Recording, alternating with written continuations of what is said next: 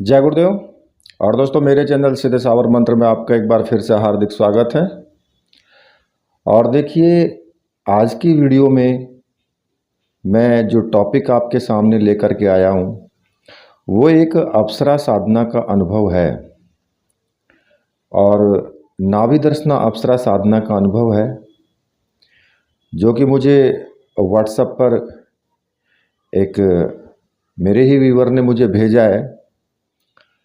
तो देखिए, वो अनुभव तो मैं आपको सुनवाऊंगा ही, लेकिन उससे पहले मैं आपको कुछ बातें बता देना चाहता हूँ कि अगर कोई भी साधना आप करना चाहते हैं या कर रहे हैं तो पहली बात तो ये कि साधना में आप पूरी तरीके से रम जाइए।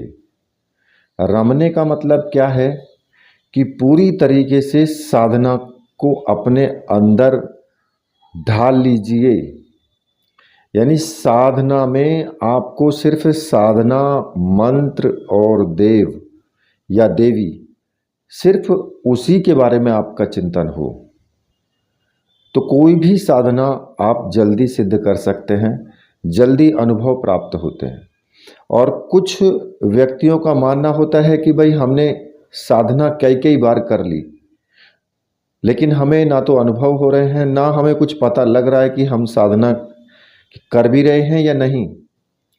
तो देखिए, ऐसी स्थिति उस वक्त होती है जब या तो कहीं ना कहीं आपके अंदर थोड़ा बहुत भी, कहते ना कि अविश्वास होता है, या फिर मंत्र जाप आप ठीक प्रकार से नहीं कर पा रहे हो, ध्यान आपका सही तरीके से नहीं लग रहा है, या फिर मंत्र जाप आप कर तो रहे हो लेकिन अशुद्ध उच्चारण हो रहा है।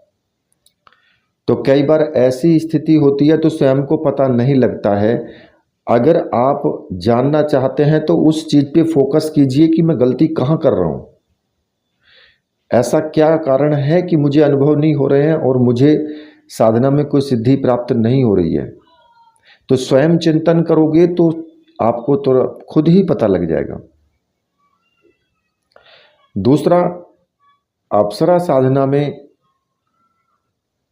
आपको, या फिर योगिनी साधना हो या फिर यक्षिणी हो, कोई भी हो, गंधर्व कन्या साधना हो, इन साधनाओं में आपको हर प्रकार से जो भी आपको ज़रूरत की चीज़ें हैं या ज़रूरत के जो भी काम हैं आपके रोज़मर्रा के, जो आपको चाहिए एक दैनिक जीवन में, वो सभी प्राप्त होते हैं इन साधनाओं से। और जिनको विश्वास नहीं है इन चीज़ों पर, वो वीडियो से दूर रहें, मैसेज मुझे करने से भी दूर रहें और कमेंट करने से भी दूर रहें। वीडियो पर किसी पर भी वो कमेंट ना करें।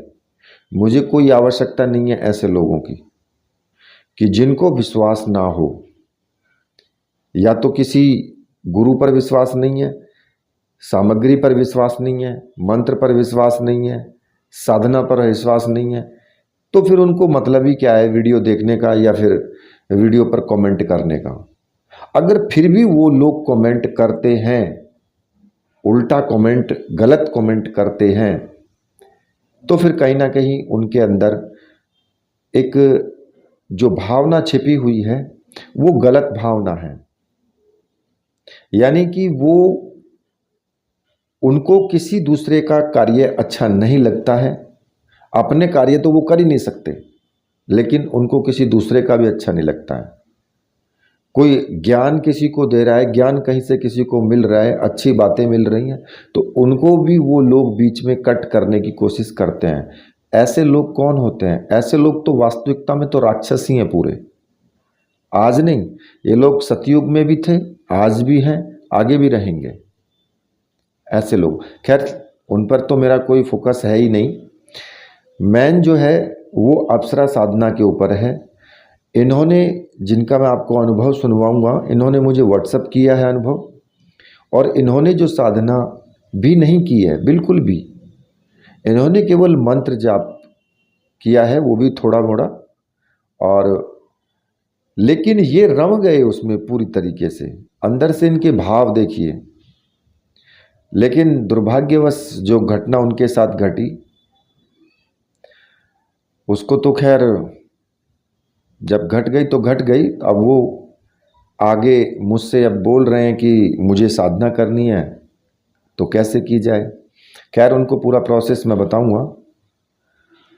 और इस साधना में देखिए कितना वो देवी आपसे प्रेम करती है।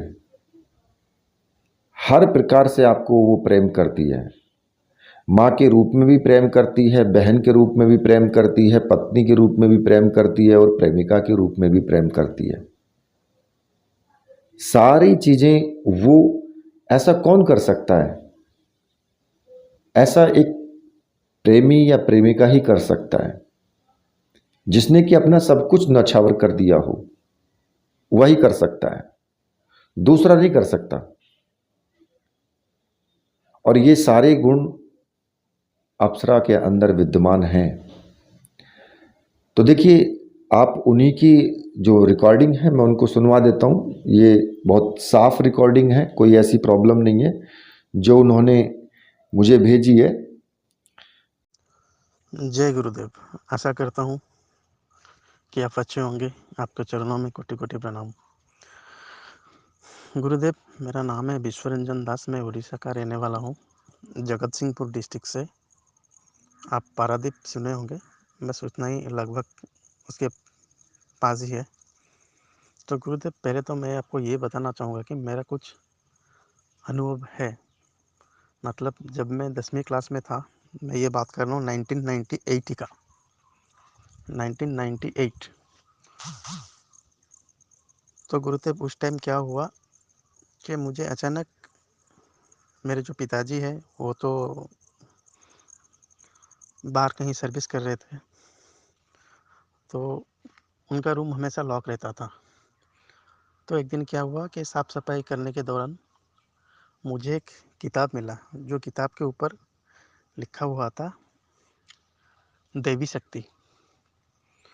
तो मुझे पढ़ने में थोड़ा इंटरेस्ट आया, क्योंकि बचपन से मुझे थोड़ा ये आध्यात्मिक और पुराण ये सभी पढ़ने में, सुनने में बहुत अच्छा लगता था, बहुत दिलचस्पी था। तो मैं उसको पढ़ना शुरू कर दिया। जब मैं पन्ना ऐसे खोला तो एक एक करके पढ़ते गया। तो उसमें मुझे ये मिला कि नाभि दर्शना अप्सरा का जो साधना सीधी अति सरल है। तो मैं और तो अट्रैक्ट होने लगा। और क्या हुआ, मैं साधना तो नहीं कर पाया, लेकिन उसका अनुभव मुझे मिल गया। वो कैसे मिला कि 1998 में जब मैं 10th क्लास में था, तो क्या हुआ कि हमारा घर थोड़ा मतलब ठीक नहीं था, कि हमारा घर जो मिट्टी का था, तो रहने के लिए थोड़ा तकलीफ़ होता था। कि हमारा पिताजी का जो चाचा के जो घर है, वो यहाँ पे गाँव में नहीं रहते थे, वो कटक में रहते थे। तो उनका घर यहाँ पे था जो खाली था। तो हम उनके जो मकान में है, कभी-कभी एडजस्टमेंट करने के लिए वहाँ चले जाते थे। लेकिन सब लोग कहते थे कि वो मकान में चुड़ैल है। वो बात सही है। वो मकान में पहले थे, अभी पता नहीं है या नहीं है। मैं जो वॉइस रिकॉर्डिंग में ज़्यादा लंबा नहीं करना चाहता हूँ, शॉर्टकट में ख़त्म कर देता हूँ। तो क्या हुआ कि जो धूप का जब मौसम होता है ना, तो रात को सोने के लिए हम लोग छत के ऊपर चले जाते हैं। तो वो जो किताब था, वो हमेशा मेरे पास ही रहता था। और जो नवि-दर्शना का जो मंत्र है, वो ऑटोमेटिक मेरे अंदर से आ जाता था। कभी भी देखो, कहीं पे बैठे उठो, पढ़ाई करते के समय, खाना खाने के समय, हर समय, ऐसा कोई समय नहीं है जो मुझे उनका मंत्र अपने आप आ जाता था। हालाँकि मैं ज़ोर-ज़ोर से चिल्ला के नहीं मंत्र जाप करता था, लेकिन मन ही मन वो सब आ जाता था। तो एक दिन की बात है, क्या हुआ कि हम लोग सब छत के ऊपर रात को सोए हुए हैं। मैं था, मेरा मम्मी था, मेरा एक छोटी बहन था, मेरा एक भाई भी था जो मेरे से बड़ा है। तो पश्चात क्या हुआ कि रात को थोड़ा ओस गिरते हैं ना, आसमान से जब ओस गिरते हैं तो ठंडी लगता है। तो उस टाइम पे क्या हुआ कि सब लोग मुझे छोड़ के वो नीचे आ गए। तो मैं अकेला ही छत के ऊपर था, और वो जो किताब है मेरे सिरहाने के पास था। मतलब मेरा जो पिलो है, तकिया है, उसके पास था। तो इससे क्या हुआ कि अचानक मैं ऐसे ही सोया हूँ, मेरे मुँह के ऊपर चादर ओढ़ा हुआ है। कोई अचानक से आया और मेरे सिरहाने के पास बैठ गया। मुझे थोड़ा महसूस हुआ कि कोई उठ के बैठा है, लेकिन मैं तभी तक मैंने देखा नहीं है कि मेरा जो मम्मी थे, भाई थे, वो सब नीचे चले गए हैं, मैं अकेला हूँ। तो मैं ये सोचा कि चलो कोई सोया है, कोई जग गया होगा, कहीं बाथरूम गया होगा। मैं ये सोच के उसको मैं दखल-अंदाज़ किया, मैं उसके ऊपर इतना फ़ोकस नहीं किया। तो उसके बाद क्या हुआ, वो धीरे से मैंने जो सिर के ऊपर जो ओढ़ रखा था, जो चादर था, वो हटा दिया और मेरे सिर के ऊपर हाथ रखना शुरू कर दिया। जैसे ही मेरे वो सिर के ऊपर हाथ रखा, तो झट से मेरा आँख खुल गया। जैसे आँख खुल गया तो मैं देखा हूँ एक सुंदर, जिसका मैं कल्पना नहीं कर सकता कि आज तक मैंने देखा ही नहीं है, ना पहले मैंने कभी देखा था। तो मुझे बहुत ज़्यादा से डर लगने लगा। अचानक मेरे मन में एक ख़्याल आया कि सब लोग बोलते थे कि यहाँ पे चुड़ैल है, ये है, वो है। मैं चारों तरफ देखा कोई नहीं है, तो मैं झट से चिल्ला के उठ गया। जैसे मैं चिल्ला के उठ गया, तो अचानक वो अदृश्य हो गया। वो दिन गया। दूसरा दिन क्या हुआ, सेम चीज़, लेकिन तब तक मेरे ख़्याल में ये नहीं आया कि मैं ये मंत्र जप कर रहा हूँ, मन में ये मन आ रहा है, वो हो सकता है कि वो अप्सरा ही है। तो मैं इतना ध्यान भी नहीं दिया। तो दूसरी रात क्या हुआ, सेम चीज़। दूसरी रात क्या हुआ, वो मेरे पास नहीं आए, लेकिन दूर बैठे थे। मुझे ऐसा लग रहा था कि दोनों बाहें फैलाकर वो मुझे पुकार रहे हैं कि आ जाओ, आ जाओ, आ जाओ करके। फिर वो जो अनुभव था, मैं फिर से डर गया।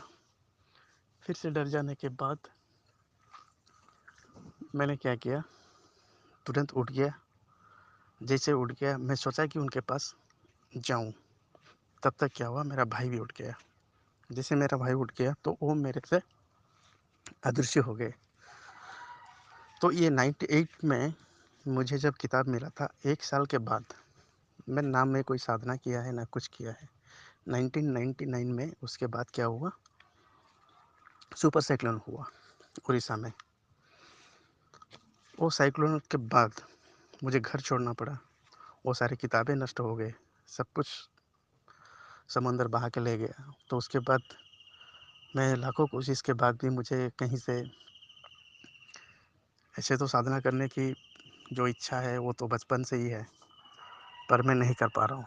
इसीलिए मैं यूट्यूब में बहुत सारे चैनल भी देखा है, लेकिन कोई मुझे सही तरह से सही नहीं लगा। इसलिए आपका जो चैनल है मुझे अच्छा लगा है, मुझे आपका जो बात है मुझे अच्छा लगा है। मेरे ऊपर इतना तो कॉन्फिडेंस है कि मैं आपको गुरु मान सकता हूँ। इसीलिए मुझे आपसे ये निवेदन है, आपसे ये प्रार्थना है कि आप मुझे सही दिशा बताएँ और ये साधना सिद्ध करने के लिए मेरी सहायता करें। जय गुरुदेव।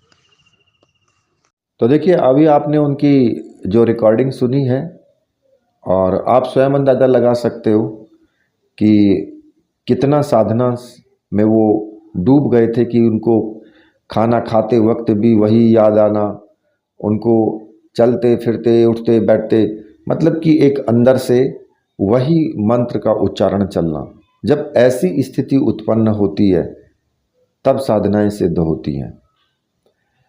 और रही उनकी किताब की बात, तो मंत्र उनका वही है। मैंने पूछा था उनसे, मंत्र वही है जो मैंने अपनी साधनाओं में बताया है, और उन्होंने बोल करके भी बताया है।